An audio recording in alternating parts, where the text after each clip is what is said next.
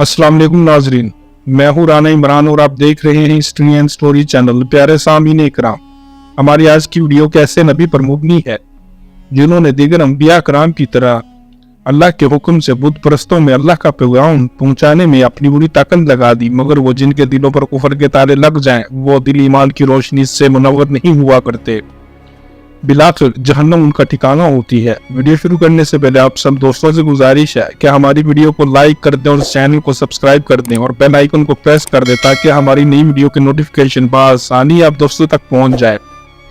तो बिना देर किए वीडियो शुरू करते हैं।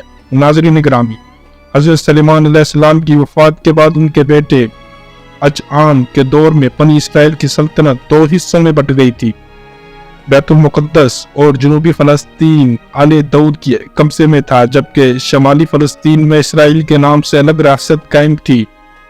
मेला यानी मौजूदा लबनान के बुत परस्त बादशाह की बेटी अजाबल से इसराइल के बादशाह अखीयाब की शादी के बाद मुल्क में शिर्क व बुत परस्ती का दौरा शुरू हो गया।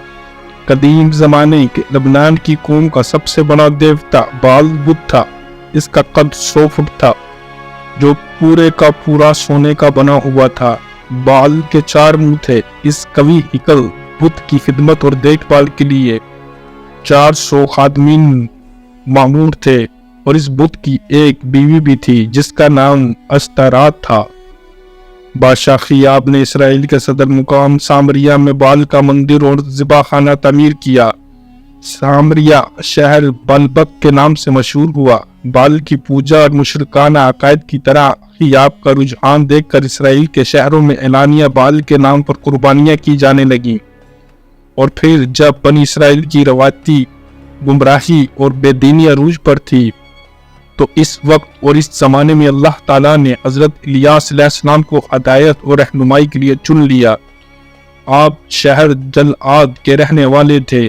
हजरत इलियास अलैहिस्सलाम हजरत हारून अलैहिस्सलाम की औलाद में से थे। बाइबल ने हजरत इलियास अलैहिस्सलाम का तज़किरा एलियाह के नाम से किया है। हजरत इलियास अलैहिस्सलाम ने बनी इसराइल को तौहीद का दर्स दिया और इनसे कहा कि तुम लोग वाहिद और यकता ज़ात कादिर मुतलक हस्ती अल्लाह को छोड़कर बाल को पुकारते हो, हालांकि ये ना तो तुम्हारी हाजत रवाई कर सकता है और ना ही किसी किस्म का फ़ायदा पहुंचा सकता है।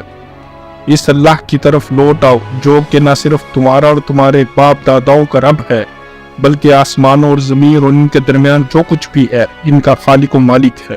कौम गुमराही में इस कदर मुब्तला हो गई थी कि इसने हजरत इलियास अलैहिस्सलाम की पुरहिकमत और नूर से मुनव्वर दावत तौहीद पर कान न धरा और मुसलसल अपनी अना पर कायम रही। आप अलैहिस्सलाम ने बादशाह वक्त अखीयाब को दावत दी और एहसास दिलाया कि वो गुनाहों से बाज आ जाए, शिर्क व बुत परस्ती और दीगर कभी अफाल से तौबा कर ले और अपनी रआया को भी इस अम्र से बाज रखे, क्योंकि पूरी कौम का गुनाह इसके सर पर है। अगर वो बाज ना आया तो अल्लाह के अताब का निशाना बनेगा।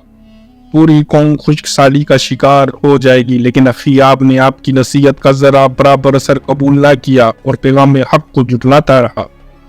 3 साल से ज्यादा अरसा तक इसराइल में बारिश ना हुई। इतना शदीद कहत पड़ा कि लोग एक एक दाने को तरसने लगे। खवातीन, बच्चे, जवान और बूढ़े सब भूख से निठाल हो गए।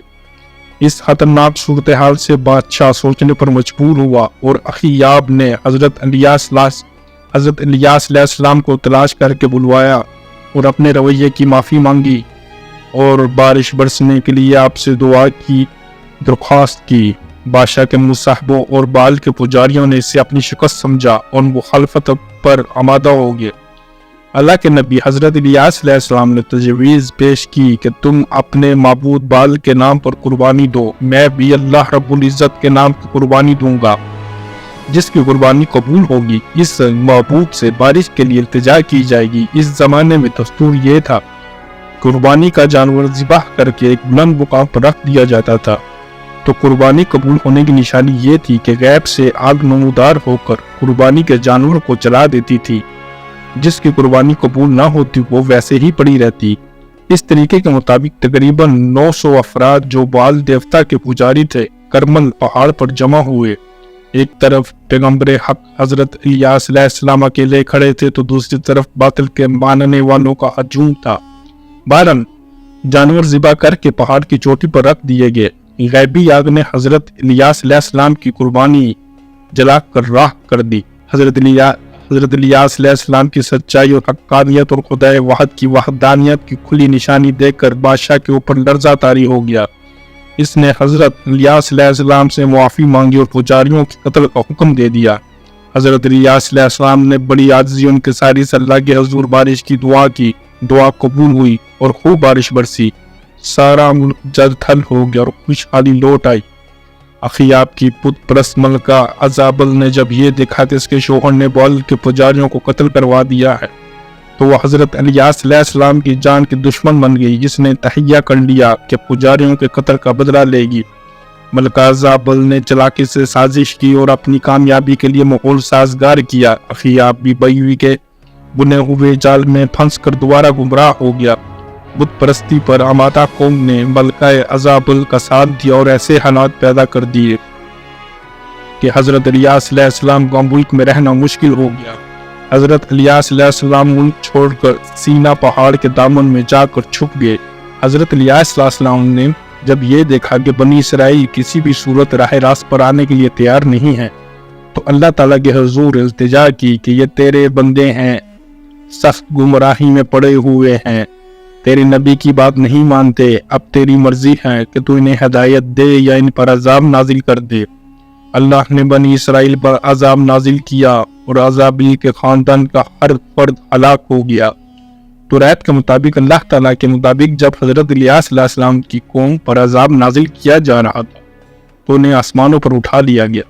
سورۃ الصفات میں اللہ پاک فرماتے ہیں، پاس جنہوں نے الیاس کو جھٹلایا اور وہ بلا شبہ لائے جائیں گے پکڑے ہوئے بدزان کے جو چن لیے گئے ہیں، اور ہم نے بعد کے لوگوں میں الیاس کا ذکر باقی رکھا۔